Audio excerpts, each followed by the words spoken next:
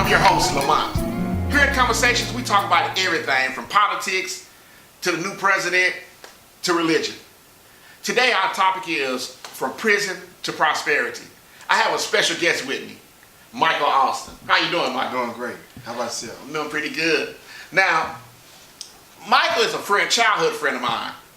We was knowing each other probably since. We came up together on Boca Avenue here in Dallas, Texas, and you know, my family is his family. And so, growing up together, I want to let everybody know, could you tell everybody, Mike, who's the best flipper in the neighborhood? Y'all, we used to flip, play football, we did everything together. Baseball with a stick, everything you can think of, we did. So, I know I was the best flipper. I know you'll never admit that. But Mike, I know a lot about you because I was raised with you. Right. So let's tell the people more about you. Who is Mike Austin? Well, we grew up in the same neighborhood, me and you. Mm-hmm. And I'm going to say this, that you was the best flipper on certain occasions. Oh, hold on, stop. I'm telling my son, he admitted it. Okay. But grew up, knowing your brothers, Mm-hmm. We was all a family. Yeah. I can eat at your house, you can come up to eat at our Yeah. house. We all had cousins, friends, and so on. But growing up was a good experience. Yeah. Doing everything together. Yeah. Focusing on everything, talking about what we're going to do as when we come up, as grown-ups. I was telling my son, remember we used to play football in the street and tackle on the grass. Right. See, they never experienced that. Sound like football. Yeah. See, now my son done broke his leg playing football, but that's another story. But we used to have fun. We used to literally get out there and play. I think the hottest day in Dallas was like 81 or 82. Right. They said temperatures got the hottest in Dallas ever. Mm-hmm. I remember we was out there playing in that heat. Yes. We up the street drinking from the water hose. Exactly. And you couldn't go back in and You couldn't go back in the house. house. Couldn't go back out in and out. Especially my dad. Right. Once you go outside, you can stay outside. Ain't no Right. running in and out. That's right. Because you let out all the air. And we had a candy house. We Miss spoiled. Ford. Yes. I'm telling y'all, we had a regular childhood, Right. growing up.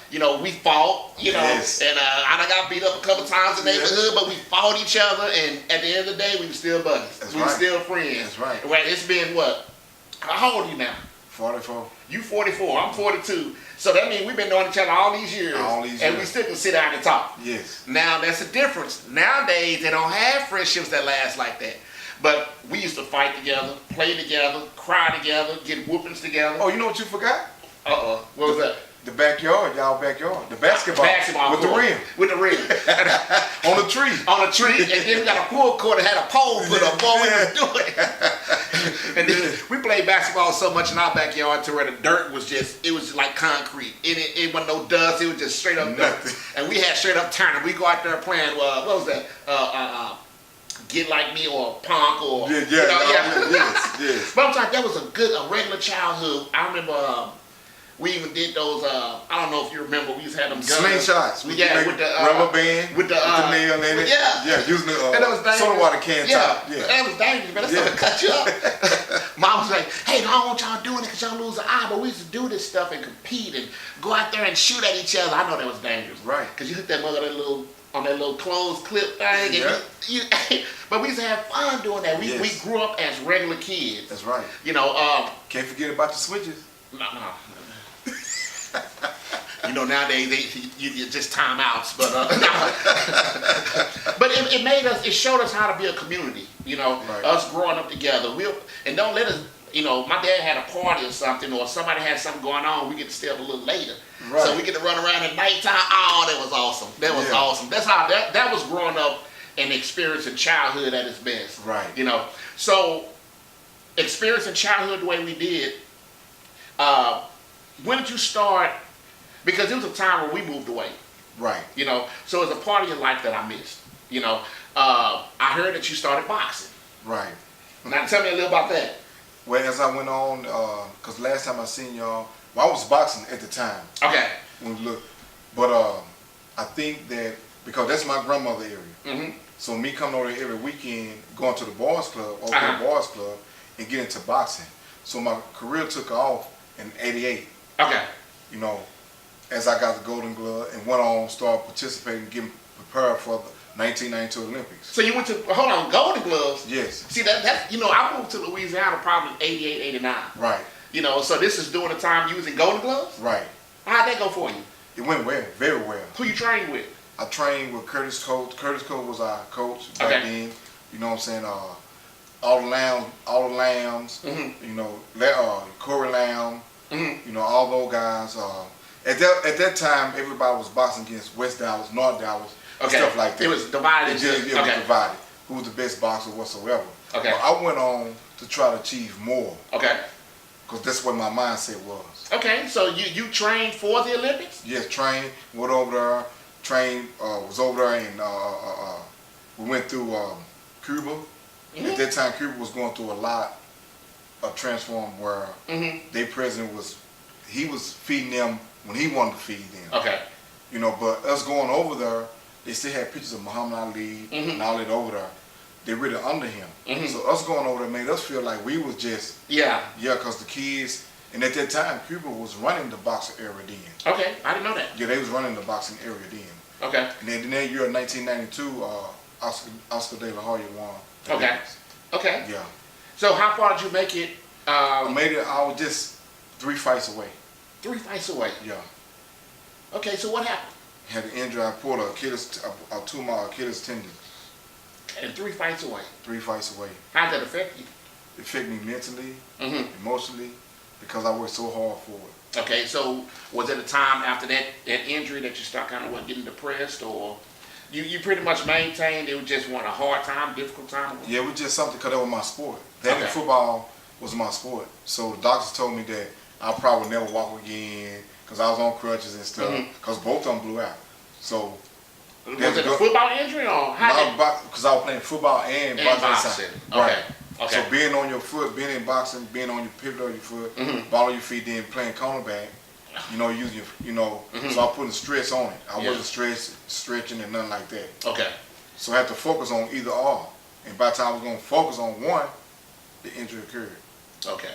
So did that pretty much end your boxing career? Did you stay, you know, connected to the coaches, or did you just kind of? I just left everybody. I didn't want to be bothered. Okay. So that was the time you just pulled away. I pulled away. Okay. Okay. So now I'm thinking about this. A lot of kids who, you know, experience, they have all their hopes in one thing. Right. You know, they could want to be a football player or a boxer or whatever sport or whatever it is. Right. And I'm just thinking about the mental anguish, the fact that this is what your sport was, and now the doctor's telling you that you couldn't make it, and you probably won't be able to walk again. Right. And I know that had to be hard on you mentally, but how did you handle that by stepping away? Did you deal with what the doctor said, or what happened when you broke away? I dealt with it on my own. I felt like that the doctors weren't telling me right. So I always been hard-headed. Okay. So what I did one day, I supposed to have a doctor's appointment, right, to go through therapy and stuff like that. Okay. So I just started doing things on my own, regardless of the pain or the situation. I didn't care. So you just kind of pushed through and and prayed and just went ahead and did everything on my own within less than 6 months. Okay. Now the doctor said you weren't gonna be able to walk, or it could be a possibility. Right. So in 6 months you're recovering. I'm recovering. You're walking. Right. Wow. That's right. Wow. And see, a lot of times people give up because doctors say one thing, and it's easy to give up and quit. Right. You know, but it's a mental thing when the doctors, can't, because everybody's body's not the same. Everybody's body heals differently. So and half the time their diagnosis is on generalized. Right. You know, well, because this patient didn't overcome it, or this patient went a year or 2 years. Okay, I understand that. But it tells a little about yourself. You know, I know you, but to get people to know you, it shows that you are the type of person that push through. You don't give up real easy. Right. Now, how long did it take for you to kind of recover and start walking around and get everything together? What happened after that recovery? Did you go back to boxing? Did you keep playing football? No, I just started trying to work, you know. Okay. You know, start getting I got my mechanic license, started working at Just Brakes, just started fixing on cars and stuff, something that I always liked to do. Because I know that takes you a long way in your life. And so, I see that you you didn't go back to that. You kind of broke away from what your dream was. And now you're back on your feet again, literally. You're walking around, you're doing things, you push through the pain, now you're working. But what happened when you pull away from your passion? You know, because you pulled away from your passion. Most people pull away from their passion and the things that they love to do, they start getting in trouble. They start going back to the street. What happened when you pulled away from your passion? Well, I never was into the streets. Mm-hmm. So my thing was I never hung around bad crowd. Mm-hmm. So everything I did was individually, by myself.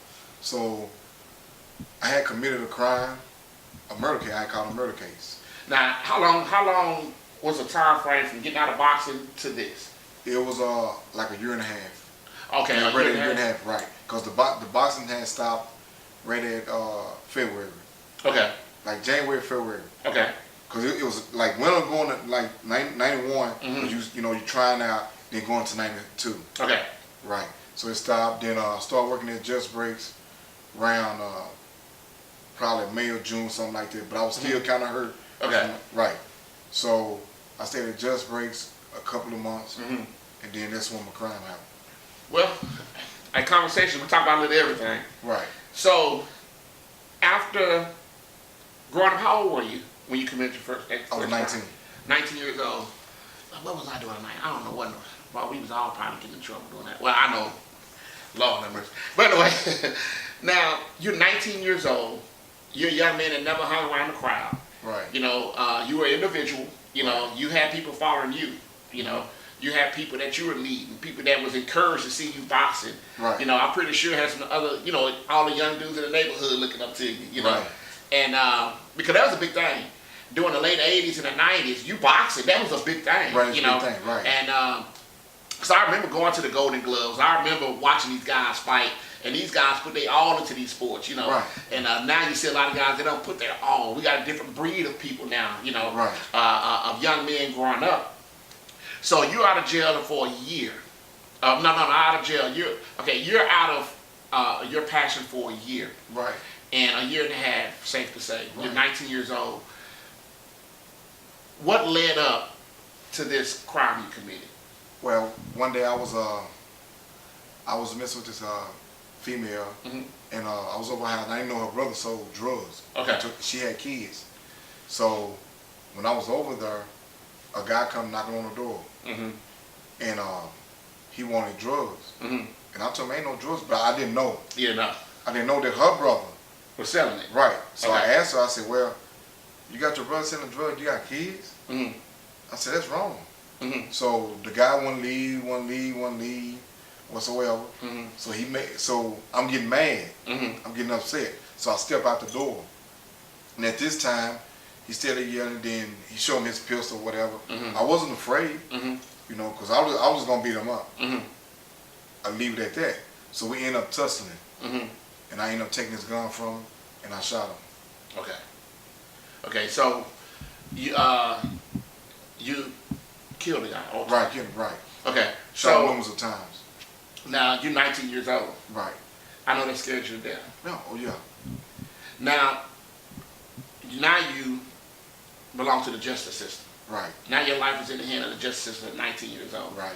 You know, That's the scary part. That's what I was about to say. A lot of people don't realize when we see the news paint pictures of us, young black men, as just being animals. You know, I know people personally that went out and committed crimes. They did things and, you know, some of them ran, some of them lied, some of them hid, some of them didn't know what to do because we're not taught how to kill. We're not taught how to commit crimes and survive it. You know, some of these young men pulled a trigger. A couple of weeks ago, a young lady at a dollar store here locally. Mm-hmm. Young man walked in and pulled a pistol on her. He was going to rob her. Mm-hmm. And what ended up happening was he ended up shooting the lady and running. I don't think he got any money. You know why? It's because he panicked. He got scared. He did something stupid and he ran. Now he got to serve the rest of his life in the penitentiary. Right. You know, but it's a thing that it scared him. Did he supposed to go in there robbing? No. I'm not taking up for him. But it's just the fact that he was still a kid. Right. You know, he's still a kid. Now, 19 years old, I have my oldest daughter is 18. And she's on her way to college. Oh, But she's a kid, 19 years old. You're a kid. Now you're facing a murder case. Right. You know, did you have your family support? Yes. During that time? Yes. Okay. So, and I remember your mom, you got your sister. My dad. Your dad. Yeah. And I remember your cousins, everybody else, they stood by you. Right. So what was it like going through this time of court, going through everything? At that time, going, just going through court and stuff like that, and listen to other guys, and while you're in jail, they telling you, and these guys here are 5-time losers, 6-time losers. Yeah. So they telling you, man, if they come with you, cop out to this. Yeah. You know what I'm saying? Don't take this. Take it to trial. So it's like you don't want to hear it, but you're kind of scared. Okay. You're not scared about. I wasn't scared about the fact other inmates. I'm just scared about how much time I'm gonna receive. Yeah. Because I'm a first-time offender. So as I get a lawyer, and I'll never forget this. They took me in there trying to scare me and try to say that they're going to give me the death penalty, blah, blah, this and that, because it was drug-related because of how everything happened. And come to find out, I did not sell drugs. So they came with me with, they was going to take it to trial. Okay. So I was ready to go to trial. So they said my witnesses backed out. Now who was the girl? The witnesses was the ones that was in the apartments. Oh, they saw it. Right, they saw everything. Supposed to back out. Okay? But come to find out they didn't. Okay. So they came with me, they stopped, they didn't take it to trial. So they had my lawyer come to me saying, well, they come to you with 45 years. I said, no, I'm not taking it. No, I want to go to trial. What's wrong with the trial? Well, the witnesses, they're not going to testify. I said, well, I just want to go to trial. So they came, so I went back. So I went back to the tank, prepared for me to go to court the next day. So I'm asking people on the tank, asking, of course, guys that been down 3 or 4 times. So when you said the tank, you talking about the people, the other inmates? Right, other inmates. That's experienced that this court, the justice system. Right, okay. Right. But they seemed like they were so happy because all of them got 1 or 2 years. So one guy told me, he was a jailhouse lawyer.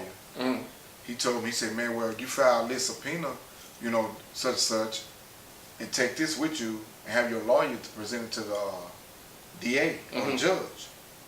I forgot what the subpoena was or whatever, the motion that he filed for me. Well, hold on, keep the thought. You telling me that you got more help from the inmates than you did the attorney? Yes, because at that time you have a lot of guys that's in and out of prison. You learn those type of things. See, I didn't know at that time. You learn these type of things when you go to the law library. Okay.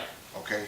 So, so when I go to court the next day, they came to me again with 35. So I remember him telling me, the jailhouse lawyer telling me, if they keep going down, that means they ain't got nothing. So when they went from 45 to 35, and I'm like, and I'm just tired. I'm really just tired of this. Yeah. And I took the 35 years. So me accepting 35 years and going to sign the papers, the judge told me, well, you're just going to go down and do 8 years and 6 months. So when you accepted it, okay, this is for people who don't know, like myself. When you accept so much time, you're not doing 35 years. Right, no. Okay. No. You do a percentage of it depending on your behavior or... No, at that time back then, before 93, before they passed, because they have so many legislators, they have so many laws. Okay. Texas have so many legislators. You might be up on the 73rd, the 74th, the 79th. They have so much. Okay. So, but it's up to you to pay attention to that. All right. To understand it.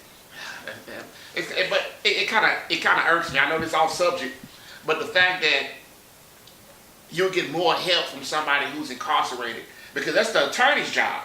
Right. It's to let you know about what's legislated, to let you know about the different rules of this thing, But the lawyer, some lawyers are, if they court appointed, they only get paid so much. So they're not going to represent you fully. Because they're going to represent according to how much they get paid. Right. Right. I mean, God. Right. So they have maybe this say for instance they have 20 cases. Out of those 20 cases, 5 people might go free. Okay. The rest of them got to give time. Okay. And to them, it's really. If you are not adapt to the law, if you don't know anything about the law, if you're a first time, they're gonna scare you into that like that. That's how the system is set up. But how many people, so it is true. Sometimes people getting the short end of the stick because they don't know. Right, they don't know. They are not adapted to the law. Because, like, you know, I know a lot of people don't know this. I don't think my kids know it. You know, but I started getting in trouble. And,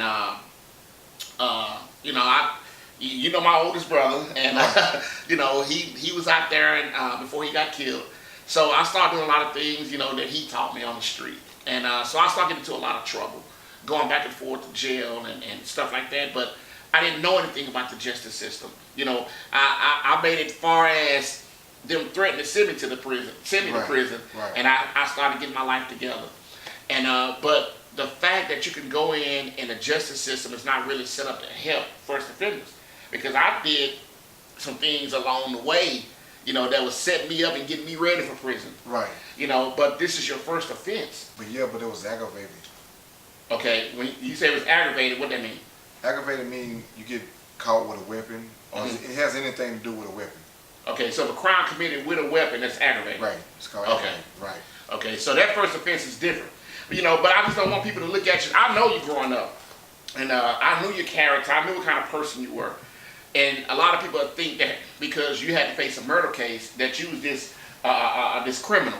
Yes. You know, who grew up troubled, who grew up going through all this stuff, and your mama didn't love you, your daddy didn't. Now, that's a whole different story. Right. You just in a situation, because you had that love and that family support, that community, but you just end up getting into it and end up killing the guy. Right. So this is your first offense. And justice system, I guess the justice system don't look at all that. No, they just look at the crime that's committed. It's just when you get arrested, when everybody hear about it, the public what makes it like it's just trouble. Like you ain't no good, you nothing. Yeah. So when they paint this picture of you, that's how that picture is painted, and you have to deal with that. So it used to be, what was that? You're innocent until proven guilty, but now you're really guilty, and you got to unpaint a picture of what they painted to prove your innocence. Right. Well, society now is real bad. Right. You know. So now, you know, with the court, now your family's there supporting you. Yes. I know that broke your mama heart. Yes. You know, I know that had to break her heart, but they still supported you. Right. Now, you accepted the 35 years. I bet your mom was like, forget that. That's a long time, you know. Right. And but you had hopes that you'd do 8.5. Right. I was told from when I signed the paper, when I got out to the 35 years, the judge told me that you'll go down and do 8 years, 6 months. Okay. That's it. Now, was that pending if you do what? It's like good behavior or such and such, but as you get down there, it's different. Okay, so the judge said, hey, you do 8 years, 6 months, 8.5 years, 9 years, and you'll be free to go home. Right. You be 28. Right. 28 years old. Right. Now, when did you get out? What age were you when you got out of prison? 2014. I was on 44 now. I was 40. 40 years old. Yeah, 40, 41. Now you supposed. I got it on my birthday. You supposed to be 28. Right. Now, whew, that's a long distance from 28. So now, bear with me. I'm adding this up, and now you had to do 21 years. Yes. Okay. The judge lied. The judge lied. That's no way in the world. But then you go to prison. Now, tell us about your first night and what you would call home for the next 21 years. Well, when I first went to prison, I went to this unit called Bville, called McCullough Unit. Now, where is this at? It's in Bville. That's the name of the city? That's the name, Bville, Texas. Oh. Right outside of San Antonio. Well, we got all kind of stuff in Texas. And back then, as I hit this unit, it was a brand new unit. Okay. And it just had a big ride on Hispanics versus Hispanics, gangs getting into other gangs. Then, the first day I stepped off the bus, I seen a killing. The first day? The first day I stepped off the bus. You 19 years old? Right, I see a killing, where a Hispanic had a shank Mm-hmm. and shanked another Hispanic, and come to find out it was gang related. Yeah. Now this is your first day there. Right. This is your first experience. Mm-hmm. What are you thinking? I'm thinking, where I'm at. You know, it was scary. I ain't never been scared in my life, Mm-hmm. but I was scared then. So as we got all our, you know, clothes and stuff, and where we're going to be housed at and stuff like this, and the unit that I was on, it was a majority of Hispanics. Okay. Probably 2% black, maybe 3% white, And Hispanic. and the rest of it was, because in that area then you had Texas, Seneca, and Mexican Mafia. Okay. And they was into it. In one place. One place. So as I get there, I go in front of this committee. Committee means you have the warden, you have all the top rank that's sitting there that's going to tell you, welcome to McConnell Unit. This is what goes on here. This is your job. If you get in trouble, we're going to lock you up, 15 days solitary, and so on. So as I get to my wing,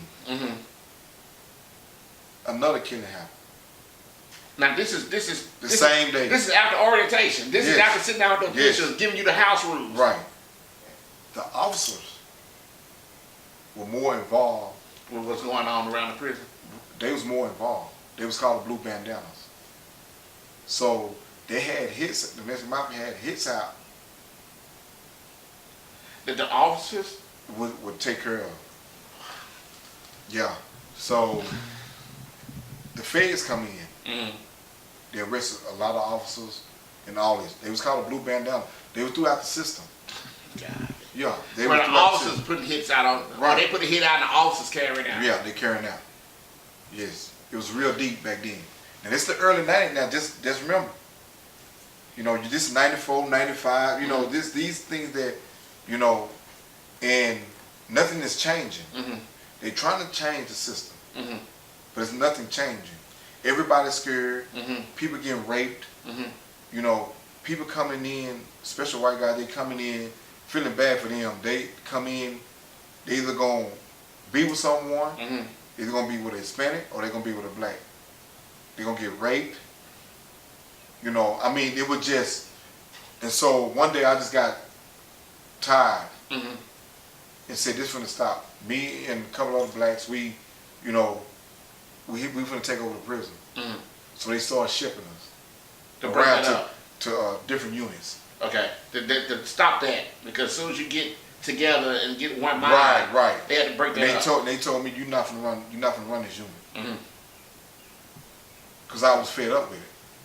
So I left that unit and went to a unit called Micro Unit, which is in Tennessee College, down there by Palestine, Tyler, and all that. This unit here, I was close to home. Okay. You know, no more than 2 hours from home. All right. Okay.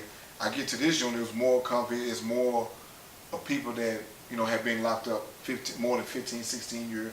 So my cellmate that I got there, he had just come off death row.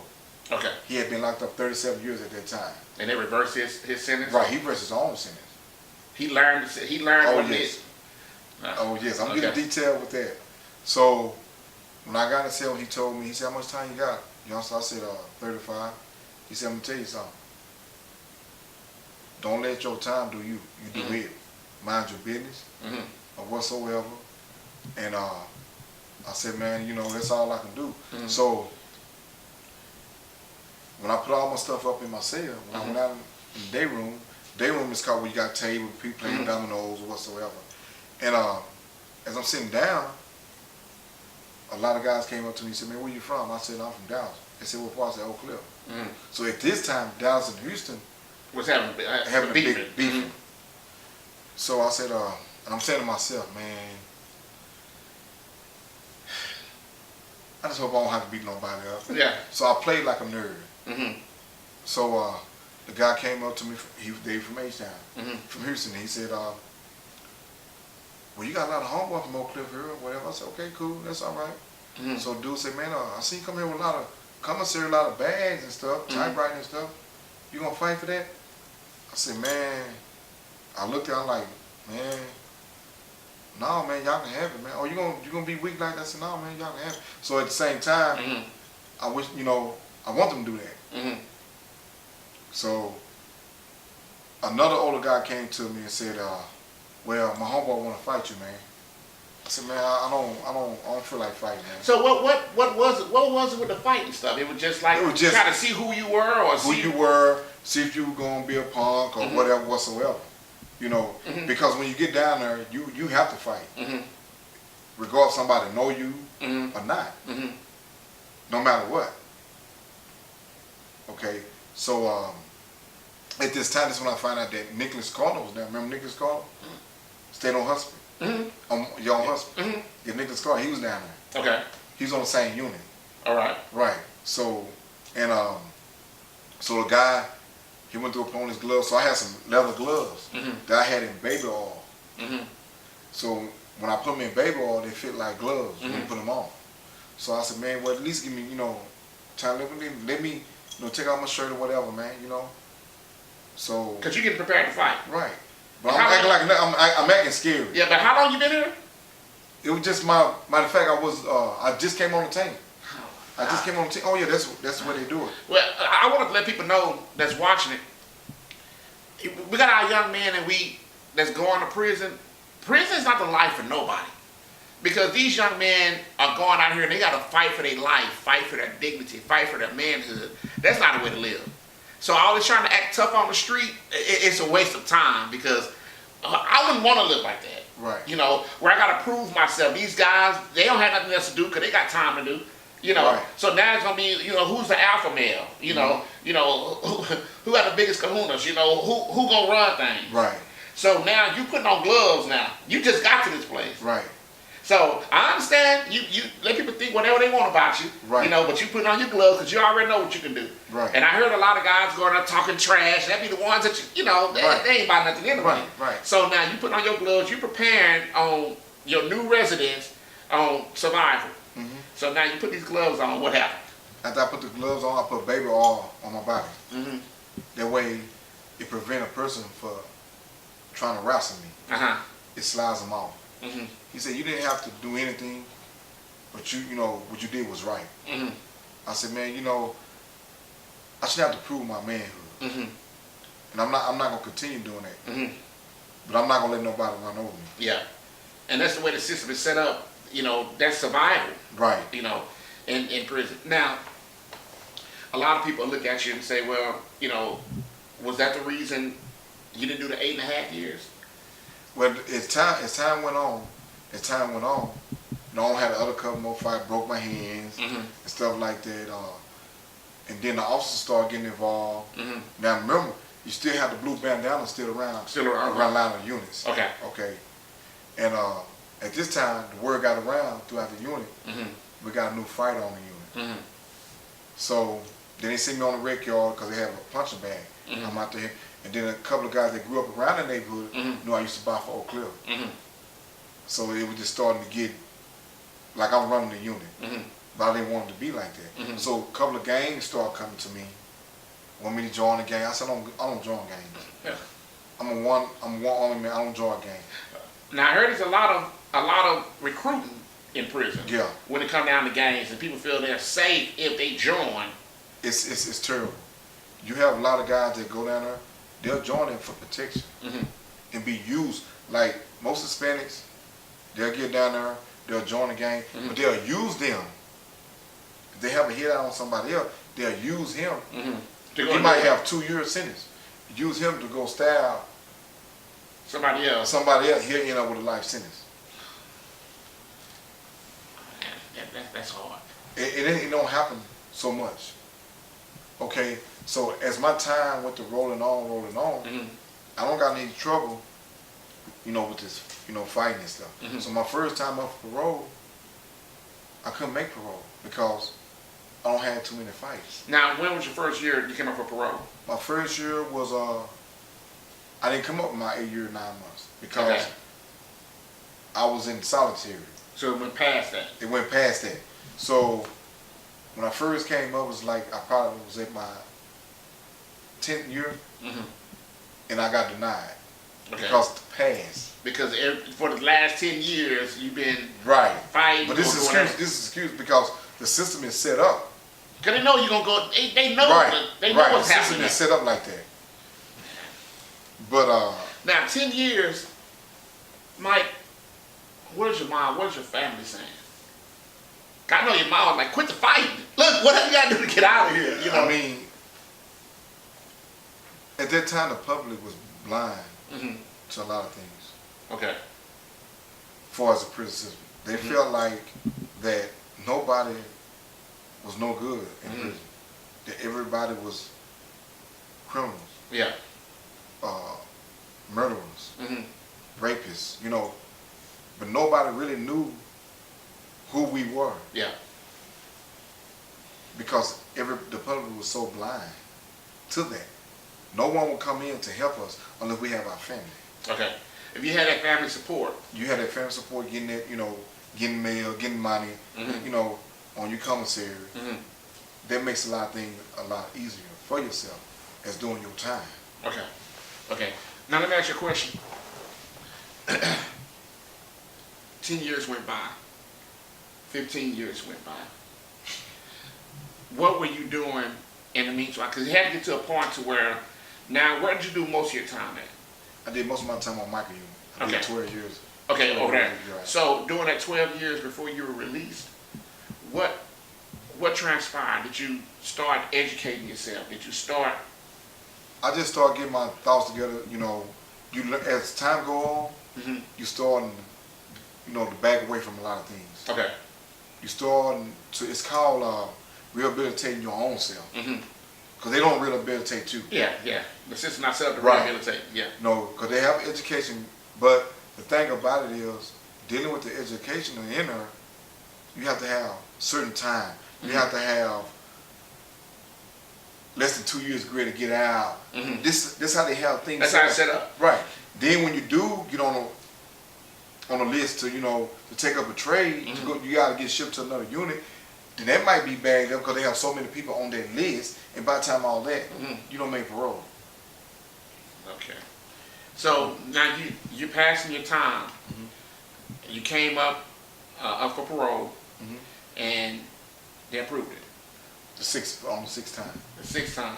Right. Now mentally, Mike, I know a lot of people who get depressed, suicide. It's just the things that I have to experience. Is this worth it any longer? Now you went through all this. Was it ever those times where you were depressed, gave up hope, or did you pretty much maintain because of the support or the circle you had? I think when my dad passed in 2007, when I was incarcerated, they wouldn't let me go to the funeral because my mom tried to spend everything that she could to get me to go. They wouldn't let me go. So at that time, I think that's when I really felt depressed and stuff like that. But when my mom was coming to see me a lot, my sister, they were telling me, just be strong, pray, you're gonna be all right. So that's what I did to stay strong as a man, as an individual. And as time went on, you grow. Okay. So these are the things you gotta start thinking about. You gotta start making yourself some goals. You gotta set those goals. Okay. You gotta get your head right, mentally, physically, and emotionally. Because when I seen all these rapes and all these killings down there, and surviving it, and being in riots, being stabbed, because somebody else did something. Not losing my life was a big, that's, you go through the emotion. Did you spend a lot of time, I know the ladies that's watching, y'all, well, I know y'all looking at me too, but I know y'all notice, you got a little size on you, did you spend a lot of time working out? Did you use that as a discipline tool or a thing to kind of keep your mind going? Or, Well, working out is a key thing for everybody. Playing handball, you know, work out. But still, at the end of the day, though, when you go back to your tank and your cell, you're still being told what to do. When to go to sleep, when to eat. You know, you're not getting paid anything. You miss your family. But the thing is, you still got to be strong. Mentally. Right. Mentally strong. So now, Mike, I'm back in Dallas. You know, my life has went on. You know, I go through the neighborhood. You know, and it's, you know, time done passed. I see the family. I see your cousins and them, and you know, hey man, Mike is probably getting out. You know, hey man, if you talk to him, tell him I said hi. You know, and you know, how's everybody doing? Because now I'm back here in Dallas. I go through the neighborhood, and you know, and they say, hey man, Mike about to get out. You know, so then you start thinking about, man, how long Mike been gone? Mike been gone. He been gone a while, man. So you start thinking back to childhood. Now Mike is getting out, and the biggest transition you have now is, especially for people who did time. You know, a lot of them become institutionalized. Right. A lot of people, I got friends of mine that's been in and out of the pen. You know, family members, and you know, the time is easy for them. They say, hey, man, I got 5 years to do. I got a cousin, I talked to him years ago, and he had a charge. He said, yeah, I got 5 years to do, man, but it's just 5 years, you know. But I'm thinking 5 years away from my family, you know, it's hard. It's devastating to people. So now you're coming out. How did you do this transition? Well, before I came out, now, quote, during the early 90s, how the system was so messed up, things started changing around. They had a big lawsuit. Things started changing around, I want to say, going into 2000. The feds started coming in. They was going to take over if they didn't start changing a lot of things. So they came with this law where, it's called, I forgot the law, where if you rape somebody, you get more time and stuff like this. Or they did it. It's like a protection thing. Where they did a safe P, where you put people in protected custody and all this stuff here, you know, and the system had changed to where a lot of churches and a lot of people start coming in, and visiting us and understanding us. Okay, and at this time I was a barber, and I used to go back there and cut hair on death row. That what made me want to study psychology. After I got through talking to a guy on death row. Now, I didn't mean to cut you off, but years ago I was part of a prison ministry, and it was in Louisiana. It was called Interfaith Prison Ministry, where we'd go into the different prisons. So we had a weekend retreat, and that's what they called it, where we go in for the weekend, and we'll spend all day in the prison. We'll go eat with them, you know, everything. And we went to Angola, and we went to death row on Angola, and a lot of guys didn't want to go there. You know, I guess because it's death row. You know, they don't know how to deal with these guys. But I wanted to go. I wanted to talk to some guys on death row. And I went to a guy's cell, and when he saw me, he was just like standing there in awe. And I was like, you know, what's going on? You know, I'm thinking maybe I'm just that anointed. Maybe it's just a glow to me. But he said I look like a guy that looked just like an inmate that's upstairs on death row. You know, see this guy for myself. When I went up there and saw the guy was turned backwards, and he was doing something at the sink. And I'm standing at the cell, the guy was a little taller than me, but about the same complexion. And when he turned around, I thought I was looking in the mirror. You know, this guy turned around, I saw him, and he looked at me, and he was like he saw himself. And it was just like, we had a good conversation after that, because it was almost like I could have been you, and you could have been me. You know, and but it was a powerful. I just wanted to tell you about that. So now you being encouraged now after dealing with talk to guys on death row. Now you got a new passion, and so what did you do from that? I started ordering books, studying psychology, and trying to figure out what triggers the mind to think the way it thinks. You know, what triggers the mind, the way we move, the way we eat. You know, to do different things. You know, and I really basically liked it. So when you started studying these books, were you looking more as a career in that? Or? No, I wasn't really trying to make it as a career. I just wanted to see what it's about, to see what it's about. Now, this is how long before you were released? This was years, probably about 4 years. Okay. Because the reason I'm asking is, and we'll catch up to this later, but you have a degree. Right. You know, so now I'm excited for you. And so now you're about to get out. Your family is excited. Mm-hmm. I'm hearing about this from, you know, it's even on Facebook. You know, I got, you know, some of your cousins, you know, they posted it. So I'm like, say, man, I'm inboxing people. When am I getting out? You know, this and this and this and this. But that's one of the scary things. It's just as scary going into prison. Yes. Than being released from it. Yes. So now tell me this experience. You're about to be released. You're about to transition from what you knew as your home for 21 years to being around family, but being in this whole world has changed. Because now they got iPhones, they got, I don't everything know, in Dallas, they got trains going down the street. You go down Leadville, Lancaster, they got trains running down Lancaster, man. We used to drive cars just straight across. Right. You know? Right. So how's that transition for you? Well, when I came up for the 6th time for my parole interview, at this time there was everybody had been locked up over 20-something years. Mm-hmm. It was time to let them go, because they was letting go people only had like 5 years. They let them go because they knew they was coming right back. So the public was thinking, well, keep everybody locked up, because they was only letting out the guys that had less time. Mm-hmm. But these are repeated offenders. Mm-hmm. They coming back. They coming back. But they weren't letting out the guys that been locked up over 20+ years. Because they already know those guys ain't going to come back. Well, this will be a long conversation dealing with how they profit from those ones who stand in. And, right. That's they were profiting off of. So they was fooling the public with that. So why we should let people out on parole, they started coming back. So I think it was John Whitmire. He figured it out and he said, well, we're going to start letting the guys go that's got 20-something years. Right?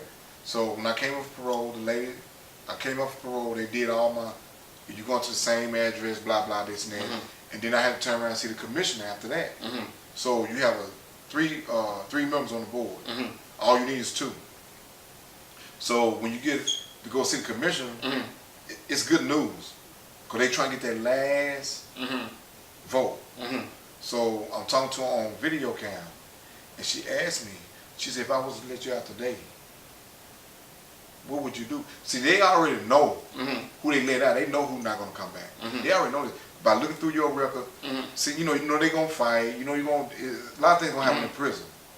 Those are the things you look at. So she asked me, and I told her, I said, my family, I'm going to work and provide for myself, further my goals, my education.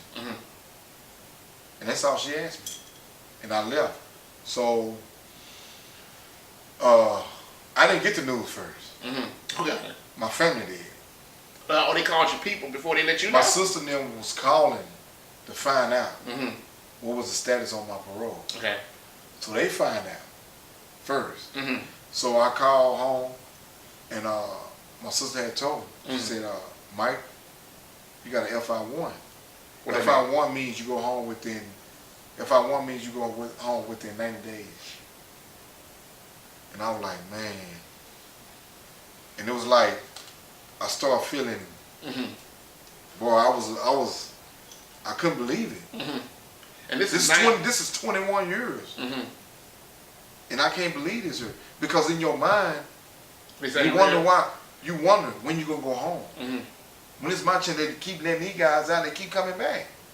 So in them 21 years, I ran across 10 people that already had been back 3 or 4 times.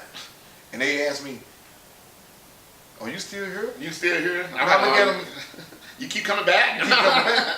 And they keep telling these guys, man, it's hard out there. You can't find no job. And I'm saying to myself, that's the reason why. Because you keep coming back. So they poison the other guys' mind. So when they get out, they feel like there's no hope. Okay, I see that.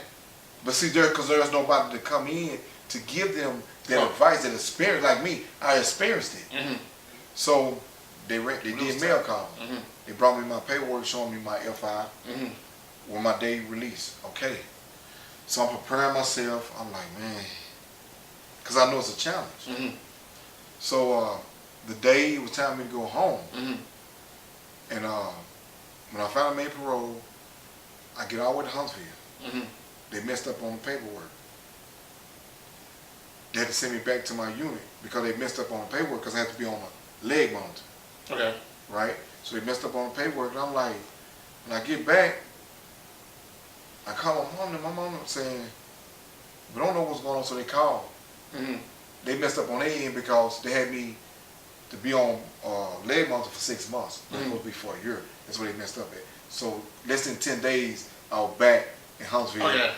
So as we getting dressed out, they getting us our clothes, getting out of the other stuff. Clothes. Mm-hmm. So the man out of it was 15, no, it was 19 of us. Mm-hmm. That's the less they ever turned out per day. It's been released? Right. They've been releasing people that were like 25 or more people a day. Mm-hmm. But these guys here, they doing turnarounds and all that. Mm-hmm. But out of the 19 people that was in my group that was getting released, 18 of us had been locked up 20-something years. Okay. Right? So, now note this. Mm-hmm. They was already sending people back that had less time. They were sending them back. They'll parole them, but they'll send them back because they didn't have aggravated time. Okay. So they were playing games. So we were scared about that. Okay. Right? So the man asked us, TDC officer asked us, he said, y'all like y'all not ready to go home. And we looked at him like, we ain't made out the gate yet. Yeah. Ain't nothing promised till we get out the gate.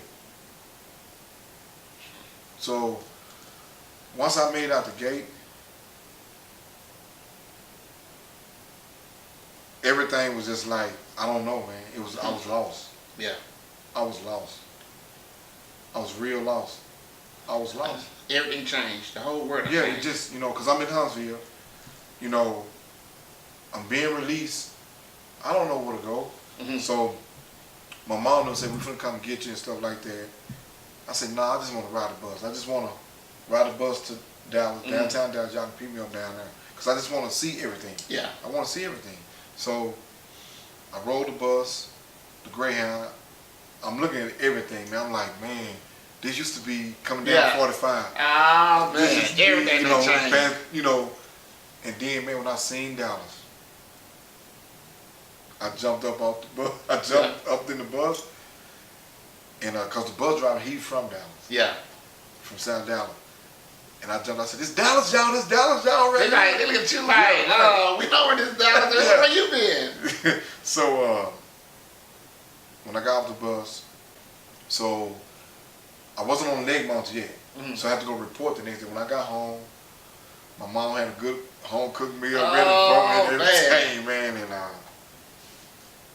man, she was just so happy, man. Yeah. You know what I'm saying? I mean, and she took me in the backyard, man. She said, pick whatever car you want. Whatever you want. And then she took me to the car lot and said, just pick any truck you want. Because my dad always liked the truck. Yeah. I ain't never been a truck person. Uh-huh. So I picked a Chevy. And then, man, just things just started. I had got a flip phone. Because I didn't want no digital because I wasn't adapted to it yet, right? Yeah. So I got a flip phone, so I started working it. So I told the girl that I was dating, I told her, I said, I don't want no other phone, I just want the flip phone. Yeah. So my mom and they were laughing at me and stuff. They're like, boy, they got rid of flip phones right. in the 90s. So I wanted to, I left the flip phone on. I started learning things on my own. Mm-hmm. And stuff like that. And I couldn't really go nowhere because I was on leg monitor. Now let me ask you a question. You said that, I remember your dad passed away while you was in there. Right. Where'd you go to see his grave? I went to go see it, let me see, because I got out August of 2014. Mm-hmm. 2 days after my birthday. Okay. Because I couldn't get released. I supposed to got released that Friday on my birthday, but I had to report the next day, so weekend everything is closed. Okay. So I couldn't get released to that Monday. Mm-hmm. And I went to go see my dad's grave, I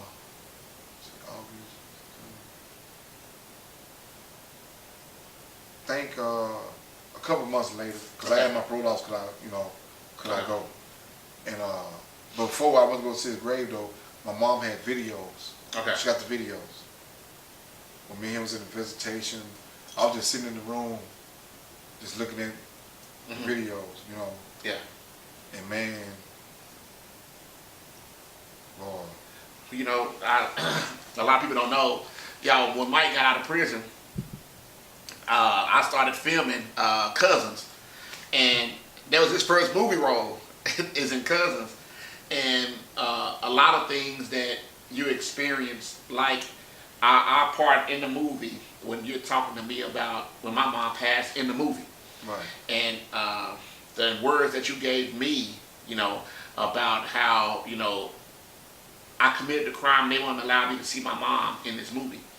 And a lot of things that I've done, like when you told me in the movie, you know, the first thing you do when you get out, you go and see your mom.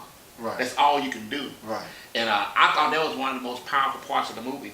Because in the movie, when I got released, the first thing I did, well, most people want to eat, most people want to, you know, they go with girl. Yeah. And in the movie, I got that from your life. You know, the first thing I wanted to do was I wanted to go see my mom. Right. You know, and that was your influence in the movie, you know, that made me want to go and do that. Okay. You know, so it's a lot of things that I took from your life and used because I wanted that experience of not being able to go to the funeral, you know, that's rough. You know, because you love your dad. You know, in the movie, I love my mom. You know, but because of what I was in there for, they wouldn't allow me to just go and do the funeral visit to see my mom. Right. And so in the movie, I was mad, and you stopped me from fighting in the movie because I was fighting with some guys. Y'all, it's a good action scene, but I was fighting with some guys, and that's when you pulled me to the side to let me know, listen, man, you in here for what you done. And I know you miss your mom, but the only thing you can do now is see her as soon as you get out, you know. Right. And that's what I did. So that's why I asked you when you go visit your dad. Right. You know, because I know that has an impact on, you know, they have an impact on you moving forward. Right. You know, and I remember your dad, you know, and but, you know, so now after you get yourself back together, they got you off the monitor now, and now you're starting to get used to society as a whole, right? You know, because we didn't have the internet and you know all the stuff that we have now. We got everything that's ready accessible. You know, in the movie Cousins, I had to go see my PO when I got released, and I'm looking at the map scope. You know, because when I went in, that's all we had. We had a map, and you can kind of etch it out where you're gonna go, and you go. Right. You know, now my cousin in the movie, he was showing me that they got GPS now, man. You can just look it up on your phone, you know. Right. And so everything has changed. How did you adjust to that change after getting off the monitor? Well, once I got off the monitor, the year that I was on the monitor, you know, because I couldn't really go nowhere. Where you are today, but the path that you was taking to get to today, did you start feeling it was more of acceptance or more rejection of you? It's hard to say because I had to go to a psychiatrist to give me a depth back in society. Now, we had a show, conversation, we talked about counseling and talk about, we had a show this month about depression. Right. And what a lot of people don't do is, a lot of us, a lot of black people, we don't go to counseling. Right. We don't go because we think that's like too far beyond us. Right. But it's nothing. It's wrong if you decide that you have all these problems and you don't want to talk to nobody about it. Right. That's when the problem is. Right. There's nothing wrong with going to get help, going to talk to somebody that know a little more than you about the situation. Right. You know, so did that work for you? Did that? Yeah, it worked a whole lot. It really worked. You know, because I did it myself. You know, so nobody didn't tell me to go. I did it myself. That's good. So when I did it, I was going once a week. And I was getting better. And going forward. It's not the end because I have a piece of paper. I want to go forward with this. I want to go forward with that. You know, it's just going to take a person going after it.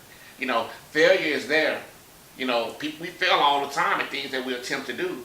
But just like that child who keep falling on the floor trying to learn how to walk, they don't make them stop. You know, they keep on getting up. Some of them fell and bumped their head, but they keep on getting up and going.